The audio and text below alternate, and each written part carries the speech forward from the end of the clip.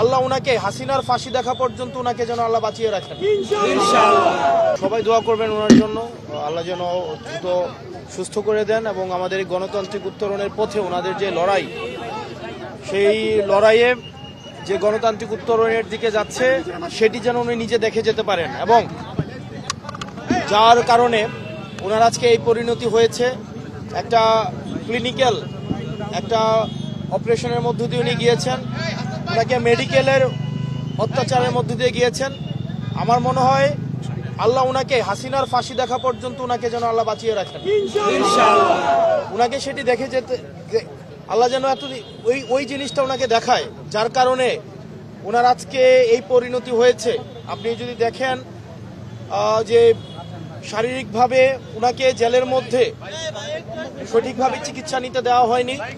আমরা আজকে শুনেছি যদি কোনো ডাক্তার ওনাকে চিকিৎসা করতে আসতেন তখন ওই ডাক্তারকেও হয়রানি করা হতো 18 পরবর্তী সময়ে, এবং ওই ডাক্তারকেও বিভিন্ন ডাক্তারকে ভয়ভীতি দেখানো হতো ওনাকে যখন চিকিৎসা করতে আসতো। এভাবে ক্রমশ আমাদের বেগম খালেদা জিয়ার ক্রমশ স্বাস্থ্যের এই অবনতি হয়েছে।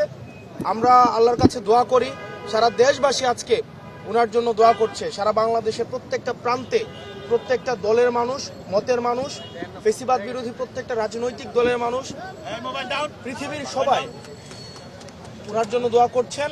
উনি যেন দ্রুত সুস্থ হয়ে উঠেন এবং ফেসিস্ট খুনি হাসিনার ফাঁসি যেন উনি দেখে যেতে পারেন। আপনারা সবাই দোয়া করবেন ওনার জন্য।